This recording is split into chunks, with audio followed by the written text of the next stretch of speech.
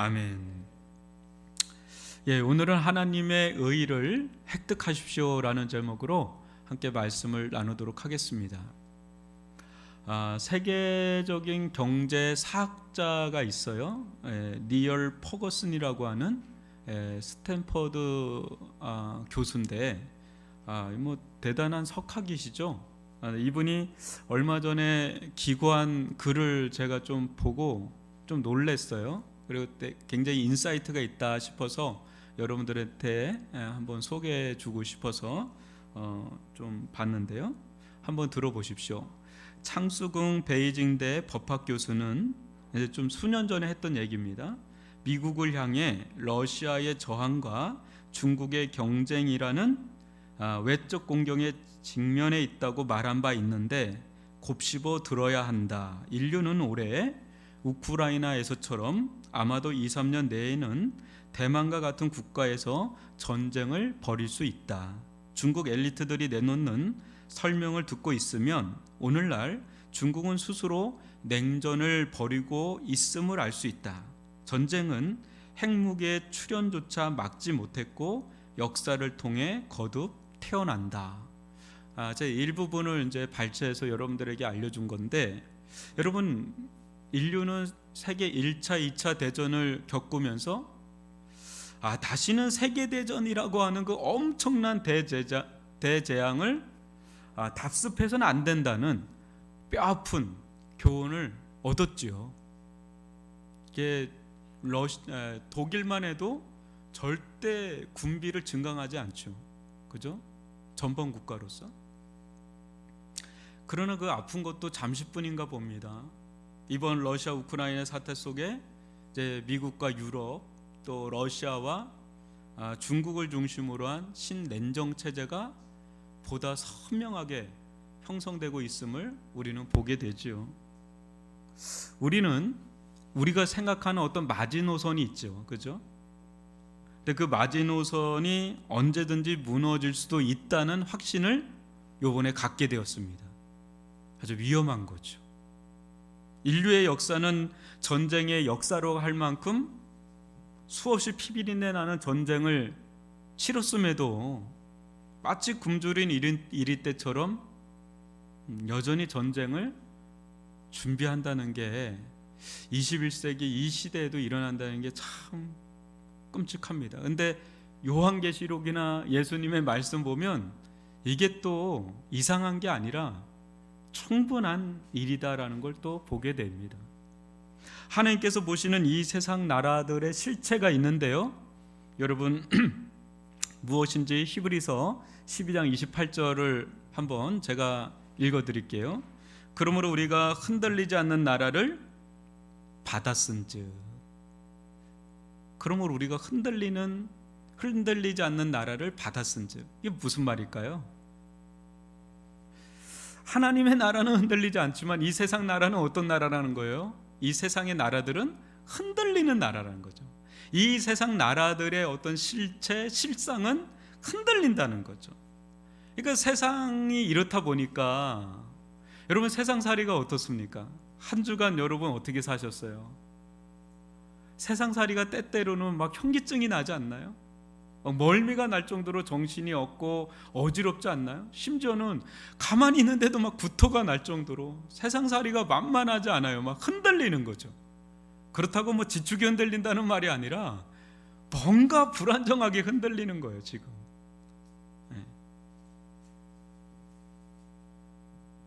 하나님은 이런 재 많은 세상을 바라보실 때 소망이 없다고 보십니다. 소망이 없다. 그러나 동시에 그렇기 때문에 세상은 구원이 절대적으로 필요하다, 이렇게 보십니다. 이 두 가지 관점을 유지하는 것, 견지하는 게 바로 크리스찬들이에요. 세상에 소망이 없다. 그러나 그런 세상이기 때문에 오히려 구원이 절대적으로 필요하다. 이 두 가지를 견지하는 게 리얼 크리스찬들이죠. 세상은 언제나 뭔가 모르게 아우성을 쳐왔어요. 제발 우리들을 구원해 달라고 말이죠. 그때마다 거짓 구원자들이 등장했습니다. 이들은 막 구원자처럼 보이죠. 뭔가 세상을 향해서 엄청난 일을 행할 것처럼 그렇게 보이지만 그 속에 알고 보면 언제나 뱀처럼 이리처럼 아주 사악함이 있다는 것을 그걸 드러내죠. 어떤 분이 러시아에서 유학을 했던 분하고 얘기하는데 자기가 유학할 때만 해도 푸틴이 저러지 않았대요. 근데 소치 올림픽 전후로 크림반도를 하기 전후로 굉장히 그 눈빛서부터 얼굴이 달라졌다 그러더라고요. 네. 그러니까 세상은 그런 때마다 아주 깊은 수렁에 빠지게 되는 것을 역사 속에 우리는 보지 않았습니까? 수많은 사람들이 희생을 당하고 지금도 너무 안타깝습니다. 저는 최근에 한국 교회 성도들도 그 어느 때보다 사회 참여 또 정치에 관심이 많다는 것을 압니다. 굉장히 고무적인 일이라고 보고요. 2030 세대도 굉장히 관심이 많다는 것을 봅니다. 그러나 때때로 저는 이런 모습 속에 우려를 좀 갖기도 합니다. 그렇지는 않겠지만 우리 크리스찬들이 세상 나라에 지나친 어떤 소망, 기대를 갖는 건 아닌가라는 점에서 우려가 좀 있습니다. 물론 우리는 참여해야 되고 관심을 가져야 되고 기도해야 되지만 그 세상 나라에 너무나 지나친 어떤 기대와 소망을 갖는 것은 좀 위험할 수도 있다라는 생각을 이제 하는 거죠. 그렇다고 뭐 제가 염세주의자나 뭐 해이론자 그런 건 아닙니다. 왜냐하면 지나친 가열 현상 그 이면에는 어떤 영적인 세력이 있어요. 우리가 하나님의 마음에 젖은 그런 마음으로 대하지 않으면 우리의 이 마음은 다른 것이 차지하기가 너무 쉽기 때문에, 그렇죠? 아무리 좋은 것이라도 하나님보다 더 우선시되면 그때부터는 고장나기가 쉽죠. 여러분 한번 생각해 보십시오. 세상 나라를 구원하는 예수님의 방식을 한번 생각해 보십시오. 예수님은 언제나 영적인 방식으로 세상 나라를 구원하려고 했지 세상적인 방식으로 구원하려고 하지를 않으셨죠. 만약에 예수님께서 세상적인 방식으로 구원하려고 했다면 십자가를 지실 이유가 없죠. 최고의 군사가 있죠. 뭐예요?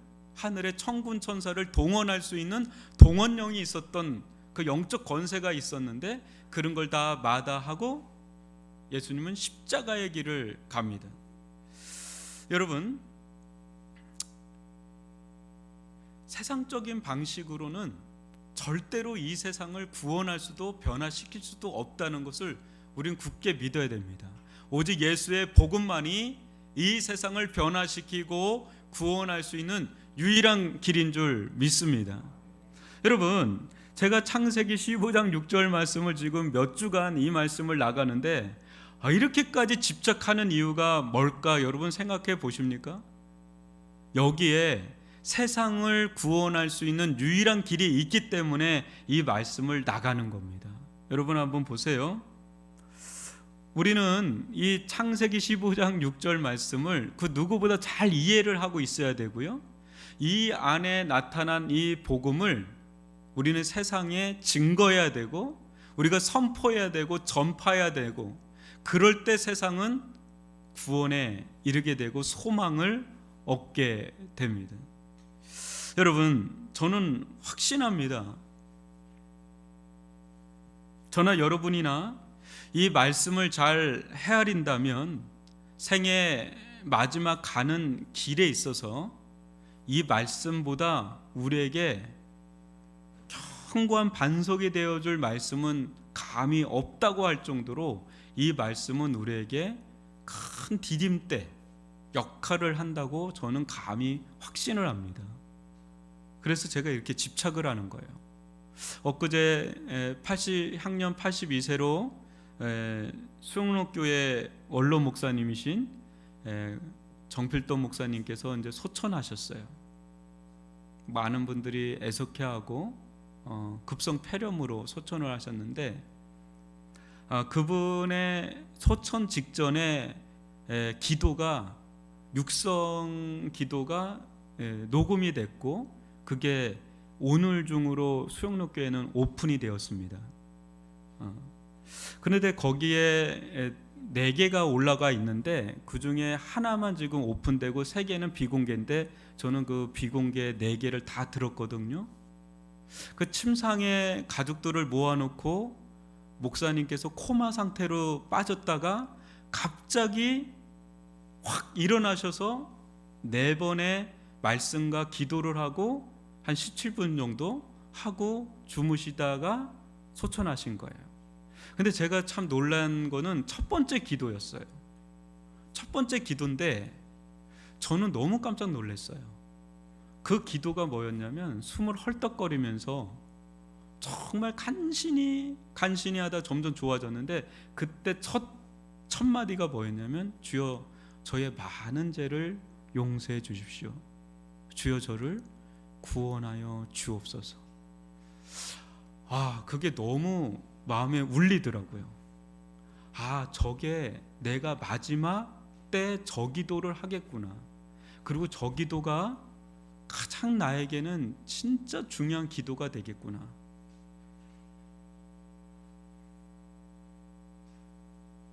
그 떨리는 음성으로 기도를 하는 노종의 그 기도 소리는 아직도 잊혀지지가 않습니다. 무슨 죄를 그렇게 적겠어요? 그분은 비서들이 얘기를 하거든요. 24시간 하나님과 동행하는 분이라고. 근데 저의 많은 죄를 용서해 주시고 저를 구원하여 주옵소서. 죽음 앞에 우리를 지탱해 줄 버팀목은 예수 그리스도의 복음밖에 없습니다. 여러분, 우리는 잠시 잠깐 나그네처럼 살다 가는 자들입니다. 안개와 같이 또 이슬과 같이 그냥 살다 가는 자들입니다. 우리 모두는 이 세상의 것들이 영원히 우리의 것이 될 수 없음을 알죠. 그죠? 그냥 잠시 잠깐 맞다 쓰다가 살포시 내려놓고 가야 할 자들이 우리들이에요. 그러나 영원한 하나님의 나라, 영원한 지옥, 그것은 절대 임대가 아닙니다. 여러분, 저는 요새 묵상하거든요. 이 땅에서 사는 우리의 삶은 내 것이 없어요. 그냥 장기 임대다라는 생각이 들어요. 여러분이 뭔가 갖고 있다면 그냥 장기 임대예요. 많으면 80년, 더 많으면 100년, 그 임대하다가 내려놓고 가셔야 돼요. 우리 게 없다는 거죠. 근데 항구적이고 영구적이고 영원한 소유가 바로 하나님의 나라 아니면 지옥이에요. 이거 너무 중요한 거죠. 그죠? 영원한 소유가 돼버리니까. 이 세상 진정한 우리의 안전지대는 어디에 있을까요? 통장에 있을까요? 금고에 있을까요? 이 죄 많은 세상에서 또 죽음과 또 고통이 활개치는 이 세상에서 우리를 구원할 자 누구입니까? 오직 예수 그리스도 한 분뿐인 줄 믿습니다. 이제 우리는 본격적으로 이 말씀의 진리를 살펴야 할 때가 왔습니다. 목사님 여태까지 살폈는데 이제 시작이라고요? 예, 시작입니다. 이는 우리와 세상을 살릴 복음 중에 복음이고 복음에 있어서도 진수를 담고 있기 때문에 이제 이 말씀을 더 깊이 있게 들어가면서 로마서와 갈라디아서로 들어가려고 합니다. 매우 중요해서 여러분 다시 한번 창세기 15장 6절 말씀 한번 읽어볼게요. 시작. 아브라함이 여호와를 믿으니 여호와께서 이를 그의 의로 여기시고. 아멘. 전에도 여러분들에게 말씀드렸다시피 이 말씀은 지금 아브라함의 이야기, 우리가 12장부터 살펴봤지만 그 이야기의 흐름상 전혀 어울리지 않는 아주 생뚱맞은 말씀이에요. 마치 길고 매끈한 탁자 위에 못 하나가 딱 삐집고 나온 것 같은, 그 맹장과 같은, 이게 뭐지? 생뚱맞은 그런 느낌의 말씀이 오늘 우리가 읽은 이 말씀이에요. 근데 이 말씀은요, 오고 오는 세대 속에서 엄청난 영향을 미친 그런 말씀이에요. 엄청납니다. 이 영향이 세상을 변화시켰어요. 마틴 루터가 종교개혁을 할 때도 이 말씀을 가지고 개혁을 했으니까 이 말씀은 성경에 있어서도 가장 중요하다고 할 수 있을 정도의 말씀이에요. 그러니까 제가 이 말씀에 계속해서 머물면서 여러분들하고 나누는 겁니다. 이 말씀이 여러분들을 가장 안전하게 하는 말씀이에요. 디딤대, 반석과 같은 말씀이에요. 한번 보실까요? 사도 바울은 그의 가장 탁월한 선신서라고 할 수 있는 로마서, 갈라디아서에 이 말씀을 무려 3번이나 인용합니다. 한번 로마서 4장 3절 읽어봅니다. 시작. 성경이 무엇을 말하느냐? 아브라함이 하나님을 믿으니 그것이 그에게 의로 여겨진 바 되었느니라. 여기서 한번 인용하죠. 또 4장 21절로 22절에서도 인용하는데 같이 읽어봅니다.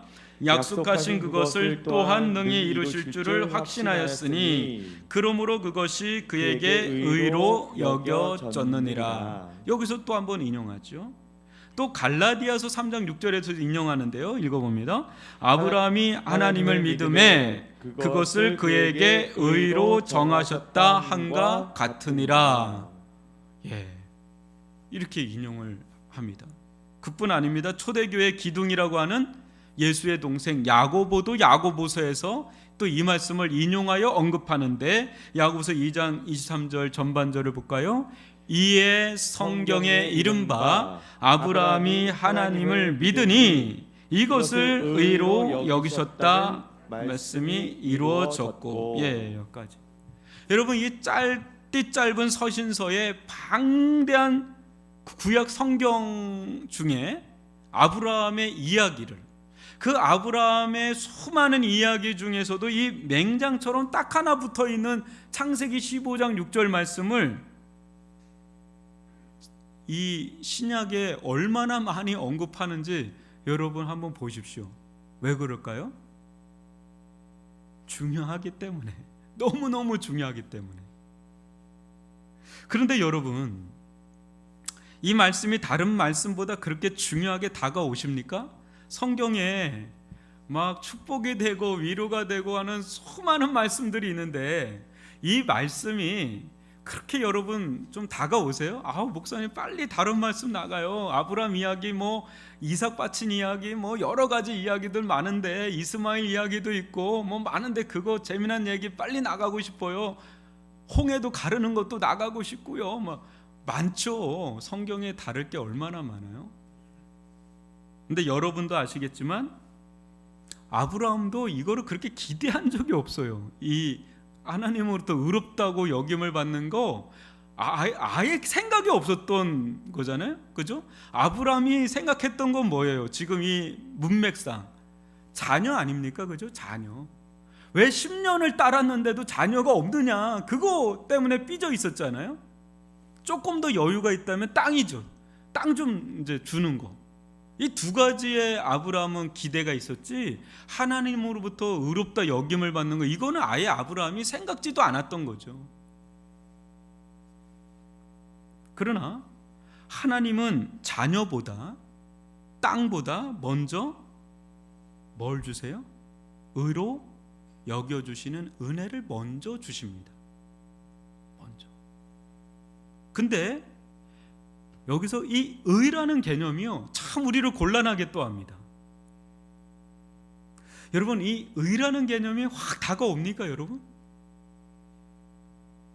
또 이 의라는 개념을 많이 듣긴 들었는데, 의인이다, 의롭다 했다, 이거 많이 듣긴 들었는데, 여러분 이거 솔직히 무슨 뜻인지 알기 쉬워요, 어려워요? 저는 어렵던데요. 아직도 정확하게 안다라고 말하기가 어려울 정도로 어려워요. 근데 너무 많이 성경에 언급되고 있는데 잘 모르겠어요. 한문으로 쓰면은 막 이렇게 돼 있거든요. 그 더 어려워, 그게 더. 여러분, 하나님께서 의로 여겨주시는 것, 의롭다 여겨주시는 것이 아브라함이 당면한 자녀 문제 있잖아요. 심각한 문제 아닙니까? 아브라함에게 있어서는. 또 땅 문제 심각한 문제 아니겠어요? 그런 문제보다 우선시 될 수 있을까? 이는 예나 지금이나 쉽게 받아들이기 어렵습니다. 왜냐하면 자녀, 땅, 이거는요 너무 현실적인 문제고요, 너무 실질적인 문제예요. 여러분, 자녀가 끊긴다는 건 대가 끊긴다는 거잖아요. 지금이야 그런 부분에 조금 자유했지만 이 시대는 대가 끊기는 거는 그냥 가문이 멸절되는 거니까. 그리고 땅이 없다는 거는 삶의 터전이 없는데, 이건 지금도 심각한 문제 아닙니까? 부동산 문제. 그러나 하나님께서 의로 여겨주신다는 거, 그거는 뭐 눈에 뜨이는 것, 눈에 뭐 이렇게 보이는 것도 아니잖아요. 눈에 보이는 것도 아니고, 뭐 그렇다고 또 당장 필요한 것도 아니고, 없다고 그게 뭐 티가 나고 그런 것도 아니잖아요. 그러니까 어떻게 보면 의로 여겨주시는 거는 비현실적인, 또 비실제적인 그런 문제처럼 느껴지죠. 여러분, 의로 여긴다는 게 뭐 이렇게 와닿고 뭐 그게 절실하게 필요하고 이렇게 그런 문제는 아닌 것처럼 보이잖아요. 그죠? 그러나 자녀나 땅은 달라요. 매우 실질적인 거죠. 영적인 문제도 중요하지만 우리가 당면한 문제가 당장 더 시급한 문제 아니겠습니까? 여러분, 어떤 문제가 지금 가장 시급한 문제입니까? 직장에 문제가 있는 분들은 그 문제가 클 거고, 가정에 또 누군가 아프면 그게 또 큰 문제일 거고, 경제적으로 또 어려움이 있으면 또 그게 큰 문제고, 그렇지 않아요? 우리 사는 게 그렇지 않습니까? 아브라함도 솔직히 자녀 약속 때문에 하나님 따른 거 아닐까요? 갈대 우르에서 땅 약속 받고 그것 때문에 따른 거 아닐까요? 진짜 그거 막 온전하게 하나님만 추구한 자일까요? 전 그렇게 보지 않습니다. 온전한 믿음이라기보다 믿음이 있지만 그 속에 또 불순한 게 있죠. 자녀 약속 받았으니까, 땅 약속 받았으니까 따른 거 아닐까요? 그러니까 이것은 그와 우리가 별반 다를 바 없다는 것을 말해주는 거죠. 우리도 그렇고, 우리도 하나님 따를 때 진짜 하나님만 따르는 게 아니라 뭔가 기대하는 게 있잖아요. 뭔가 원하는 게 있잖아요. 근데 아브라함의 이야기를 통해서 하나님께서 우리에게 말씀하시려는 것이 자녀 주겠다, 땅 주겠다, 어떤 이 세상에서 실질적인 복을 주겠다, 이런 것일까? 아니면 다른 것일까? 이걸 우리가 들어야 되죠. 솔직히 여러분도 아시다시피 만약 우리가 생각하는 자녀, 우리가 생각하는 땅이 문제라고 한다면 우리 중 어떤 분들은 아브라함처럼 하나님을 따를 필요는 없습니다. 왜요? 자녀 문제가 해결됐으니까. 아브라함은 해결 안 돼서 하나님을 따른다 싶지만 우리는 해결된 사람들이 있잖아요. 저는 자녀가 둘이라서 더 이상 갖지 않기를 원하거든요. 땅도 해결된 분들이 있잖아요. 그죠? 땅도 해결이 됐어요. 근데 그런 걸로만 치면 하나님을 따를 이유가 없어요. 다 해결됐으니까. 여러분, 우리 하나님이 없어도 자녀 문제 해결된 사람 많아요. 땅 문제 해결된 사람 많아요. 심지어는 자녀나 땅에 있어서 아브라함이 나중에 받은 것보다 더 풍성하게 받은 사람들이 훨씬 더 많습니다. 세상에. 하나님을 믿지 않아도. 그러니까 굳이 그런 것 때문에 하나님을 따를 이유가 없다라는 거죠. 그런 논리로 치면, 그죠? 만약 아브라함 이야기가 이 정도의 수준의 이야기라면 뭐 우리들 중 가운데 많은 사람들은 여기서 좀 나가셔도 괜찮은, 뭐 굳이 하나님을 따를 필요가 없는 그런 분들이시죠.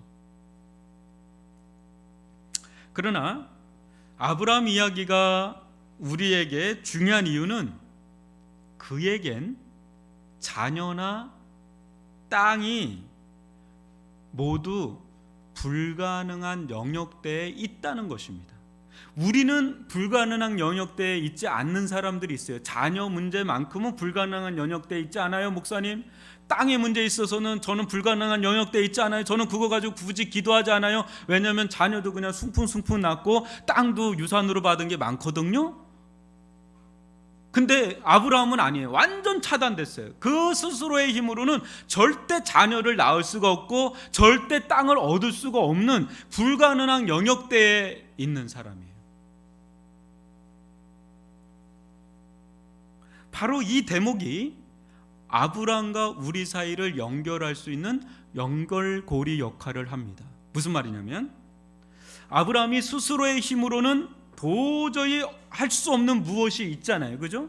우리가 알고 있는 자녀라든지 땅이라든지 그와 마찬가지로 우리도, 아니 온 인류도 스스로의 힘으로는 도저히 취할 수가 없는, 얻을 수가 없는 그 무엇이 있다라는 거예요, 여러분.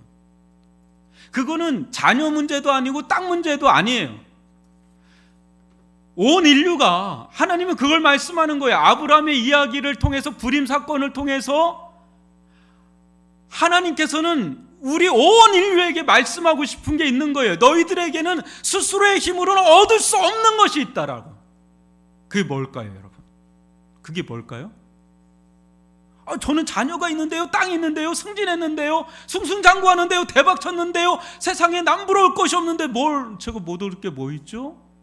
있다는 거예요. 절대로 못 얻는 게 뭘까요, 여러분? 하나님께서 인정해 주시는, 하나님을 흡족하게 만족시킬 만한 의, 그게 없다는 것을 말해주는 거예요.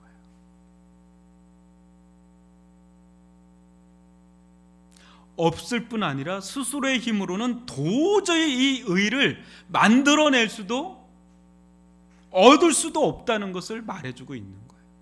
이 아브라함 이야기를 통해서 절대 불가능한 영역대에 있다는 그 사실을 계속해서 알려주는 거예요. 아브라함에게는 25년 걸렸거든요. 우리에게는 얼마나 걸릴지 모르지만 이걸 빨리 깨닫는 사람은 엄청난 은혜죠.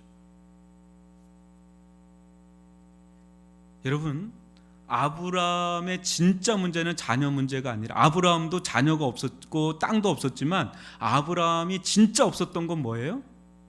아브라함도 의가 없었던 죄인이라는 거예요. 그러니까 의로 여겨주시는 거죠.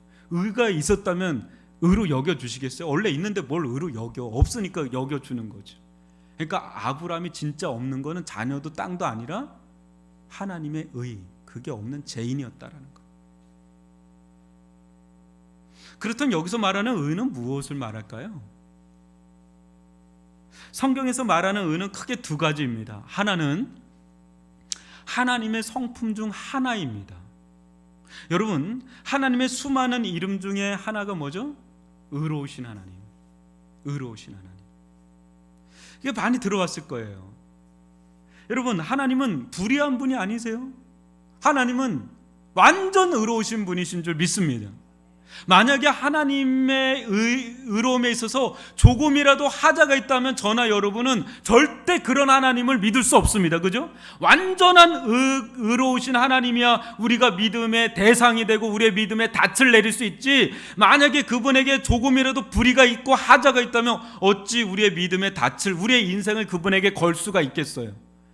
그분은 완전하게 신실하시고 의로우신 하나님이시기 때문에 우리가 그분을 믿는 것입니다. 아멘이십니까? 의의 두 번째 개념은 이 완전 의로우신 하나님께서 우리에게 요구하시는 의가 있다는 거예요. 첫 번째 개념의 의와는 다르죠, 그죠? 구분됩니다. 왜냐하면 의로우신 하나님이 갖는 그 의는 우리가 흉내를 못 내요. 그래서 그거를 전문 신학적 용어로 비공유적 속성이라고 해요. 하나님께만 속해 있는 거예요, 그거는. 그런데 이 의로우신 하나님과 우리가 관계를 맺고 또 교제를 나누고 또 상대를 하고 그러려면 그에 걸맞는 자가 돼야 되잖아요. 그죠? 그래야 하나님과 관계를 맺고 상대를 하고 교제를 나눌 수 있잖아요. 그때 우리에게 요구하는 의가 있다는 거예요. 하나님은 거룩하시고 의로우신 분이기 때문에 의를 요구한단 말이죠.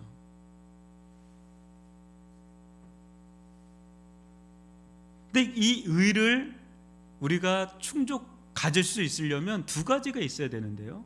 첫째는 죄가 없어야 돼요. 왜? 죄 없으신 하나님과 관계를 맺어야 되면 우리는 죄가 없어야 돼요. 두 번째는 하나님의 말씀을 완전히 순종해야 돼요. 그래야 의로우신 하나님과 만나서 교제할 수가 있어요. 만날 수도 있고 교제할 수도 있고, 여러분 아무나 만나주지 않잖아요. 사람도 아무나 안 만나주잖아요. 여러분 윤석열 대통령 아무나 만나줍니까? 뭔가 검증해서 만나잖아요. 그게 돼야 되죠. 걸 맞아야 돼요. 하나님은 죄가 없고 하나님 말씀을 온전히 순종한 자를 의롭다고 여겨주셔요. 인정하세요. 의로운 자로. 근데 문제가 있죠. 이 세상 어느 누구도 하나님께서 요구하시는 이 의를 충족시킬 수 없다는 게 문제예요.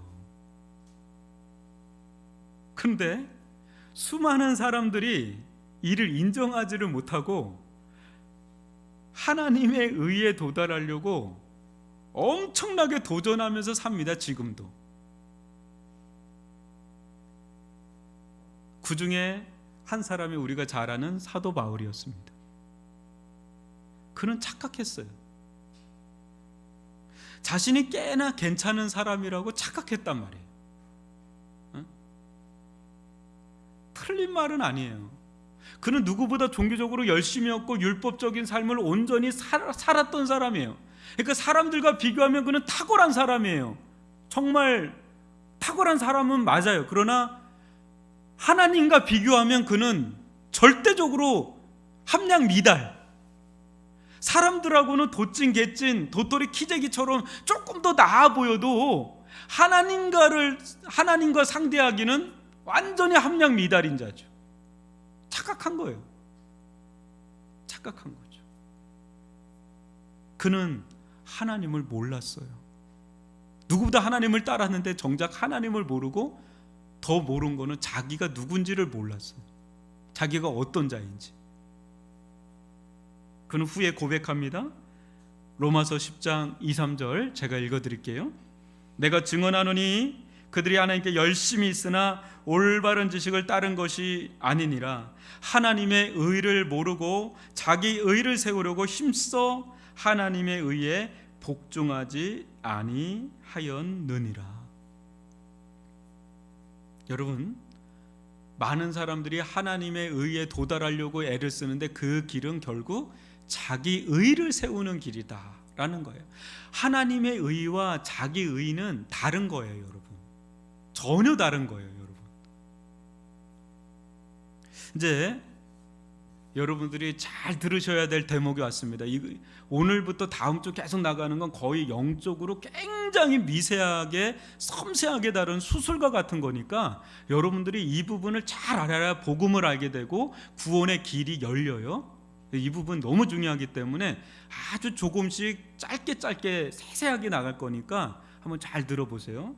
굉장히 중요한 대목이에요. 우리가 하나님께서 요구하시는 의에 도달하는 길은 크게 두 가지입니다. 하나는 율법으로 말미암는 의로움이에요. 율법으로 말미암는 의로움. 또 다른 하나는 복음으로 말미암는 의로움. 이 딱 두 가지 있어요. 사도 바울은 다메섹 도상에서 부활하신 그리스도 예수를 만나요. 근데 그렇게 만나기 전에 그가 구원을 받고자 하나님의 의에 도달하고자 사용했던 건 뭐냐면 율법으로 말미암는 의였어요. 의로움. 율법으로 말미암는 의로움. 근데 이 율법으로 말미암는 의로움의 추구는요, 매우 위험천만한 추구예요. 왜냐하면 율법 두 가지 길이 다 있어요. 이 길을 가도 될 수 있고 이 길로 가도 될 수 있는데 이 길이 매우 위험천만한 길이에요. 왜냐하면 모든 율법을 다 순종해도 하나만 어겨도 그냥 어긴 게 돼버리는 거예요. 그러니까 모든 걸 다 했는데 마지막 죽기 직전에 뭔가 죄를 범하면 율법을 어기면 다 끝나는 거예요. 그냥 물거품 되는 거예요. 물거품 되는 거예요. 굉장히 위험천만한 길을 가는 거죠. 여러분, 야고보서 2장 10절로 11절 한번 교독으로 읽어봅니다. 누구든지 온 율법을 지키다가 그 하나를 범하면 모두 범한 자가 되나니 간음하지 말라 하시니가 또한 살인하지 말라 하셨은즉 내가 비록 간음하지 아니하여도 살인하면 율법을 범한 자가 되느니라. 예. 여러분들이 율법을 온전히 다 지킨다. 그러면 하나님의 의에 도달할 수 있는데 여러분들이 이것은 다 지켰는데 저것 하나에 넘어지면 그냥 와르르 그냥 도미노가 그냥 와르르 그냥 무너지는 것처럼 그냥 범법한 자가 돼버리는 게 율법으로 말미암은 의의 추구. 그러니까 굉장히 위험한 길 가는 거죠. 갈 수도 없어요. 그리고 아예 갈 수도 없어요. 갈 수도 없는 길 가는 거죠. 근데 수많은 사람들이 그 길을 간다니까요. 자살 폭탄 테러 가지고 그 길 간다니까요. 그 길로 가면 자기가 하나님 천국에 간다고 생각하고 이슬람주의자는 진짜 그걸 믿고 가요, 여러분. 자기 힘으로, 자기 의로, 자기 공로로, 자기 행위로, 자기 힘으로 하나님 나라로 갈 사람 없어요, 여러분. 갈 수가 없습니다. 갈 수 없는 길을 가는 거죠. 얼마나 많은 자가 착각하며 사는지 모릅니다. 우리가 얼마나 끔찍하고 소망 없는 죄인인지, 예수님께서 십자가에 죽지 않으면 안 될 만큼 끔찍한 죄인인지를 잘 몰라요, 여러분. 여러분, 왜 예수님께서 십자가에 죽으셔야만 되는지 아세요? 진짜 우리가 심각한 죄인이기 때문에 그래요. 가능성이 1도 없는 거예요. 그래서 십자가를 지신 거예요. 만약에 가능성이 1도 있다면 예수님 십자가를 지지 않을 수도 있어요. 근데 없는 거예요. 제로. 우리는 하나님의 의를 도달하는 데 있어서는 완전히 파산된 자, 아브라함처럼 완전히 불임된 자. 근데 그거를 알지 못한 채 살아가요, 사도 바울처럼. 그래서 오늘도 지금 이 순간도 내 스스로 하나님의 의에 도달하려고 파닥거리면서 사는 게 우리들이라니까요. 저도 그래요. 제가 그래요. 조금만 잘 살면 하나님께서 나를 받아주시는 것 같은 거야. 하나님 나를 사랑해 주시는 것 같고, 나를 인정해 주시는 것 같고, 나를 흡족해 하시는 것 같다가 또 내가 잘 못 살고 그러면 다 정죄의식과 죄책감과 죄의식에 막 시달려서 막 신음하고, 항상 내가 기준이 돼서 오르락 내리락 이 등락폭이 너무 심한 거예요. 주가 오르듯이 내리듯이 막 그런 거죠. 여러분, 우리에게 구원이 없어요. 우리 안에 우리 스스로의 힘으로는 구원이 없어요. 이걸 인정하고 이걸 깨닫는 게 최고의 복 중의 복인 줄 믿습니다. 여러분, 그래서 어떤 사람이 예수를 제일 못 믿는지 아세요? 아이러니하게도 잘 산 사람이 제일 못 믿어요. 여러분들은 늘 누군가 전도를 하려고 할 겁니다. 그러면 누구를 대부분 전도하냐면 조폭 같은 사람들 잘 전도 못해요. 저 사람은 아예 안 될 것 같아. 근데 얌생이들, 참 얌전하고 그냥 올바르게 살고 법 없이도 살만한 사람들, 제일 만만해 보여서 전도하는데 그 사람들이 제일 믿기 어려운 거 아세요?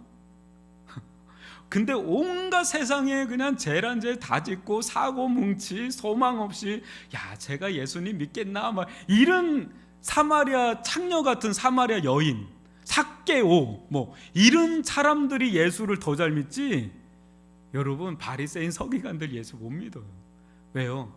자기 틀이 너무 강한 거야. 자기가 너무 의로운 거야. 자기가 너무 잘난 거야. 그런 사람은 예수 믿기가 너무 어려워요. 왜? 내 힘으로 그게 가능할 것 같거든. 사랑하는 성도 여러분, 죄송하지만 소용없어요. 소용없어요.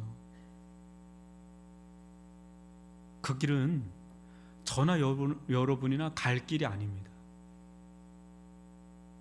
여러분, 우리 스스로의 힘으로는 하나님의 영광에, 하나님의 의에 도달할 수 있는 사람은 단 한 사람도 없습니다. 우리는 영적으로 완전히 파산된 불임 상태, 그러니까 소망 없는 죄인이에요. 이제 이거를 깨닫는 게 구원의 서강이 비치는 엄청난 은혜입니다, 여러분. 내가 죄인 중에 괴수라고 하는 사도 바울의 그 고백은 그냥 고백이 아니라, 아무나 주어지는 고백이 아니라 엄청나게 은혜를 받은 사람이, 그 성령의 빛을 받은 사람만이 자기를 알게 돼요. 내가 아브라함같이 아무것도 아니구나. 아무것도 아니구나. 오직 은혜로만 사는 자구나. 이거를 깨달을 때 비로소 이제 구원의 길이 그 사람 가운데 열리고 보이게 되는 그런 은혜가 주어지죠. 그래서 우리들의 고백은 이런 고백입니다. 주님, 저는 정말 소망 없는 죄인입니다. 아무 할 말 없는 죄인입니다. 이런 저에게 소망이 있습니까? 이런 제가 하나님에 의해 도달할 수 있는 길이 있습니까? 알려주십시오. 깨닫게 하여 주십시오. 하나님 안에 있는 참된 평화, 참된 사랑, 참된 은혜, 참된 자유, 생명, 그거 있다고 하는데 그거 누리기를 원합니다. 주여, 저를 불쌍히 여겨 주옵소서. 여러분, 하나님께서 의로 여겨주신다는 그 안에는 또 엄청난 하나님의 은혜가 이 안에 담겨 있거든요. 그것이 우리가 누려야 될 복인데 이거를 누리는 길이 믿음이에요. 믿음. 그래서 다음 주부터 이 복음으로 말미암는 의에 대해서 좀 더 살펴보고 그 결과도 살펴보고 또 그 길을 가는 데 있어서 중요한 믿음에 대해서 이게 진짜 이 믿음에 대해서 한번 살펴보면서 여러분들이 이 복음의 토대 위에 견고히 토대를 다질 수 있기를 주님의 이름으로 축원합니다. 여러분, 이것이 견고하게 다져질 때 우리가 언젠가는 죽음을 맞이하게 될 때 그때 우리를 유일하게 지탱해 주는 것은 오직 복음밖에 없음을, 예수 그리스도밖에 없음을 여러분들은 알게 될 겁니다. 근데 그때 가면 좀 늦으니까 지금부터 아주 이 부분을 기초 작업을 아주 단디하시기를 바라고 이 안에 견고하게 서나갈 수 있기를 주님의 이름으로 축원합니다.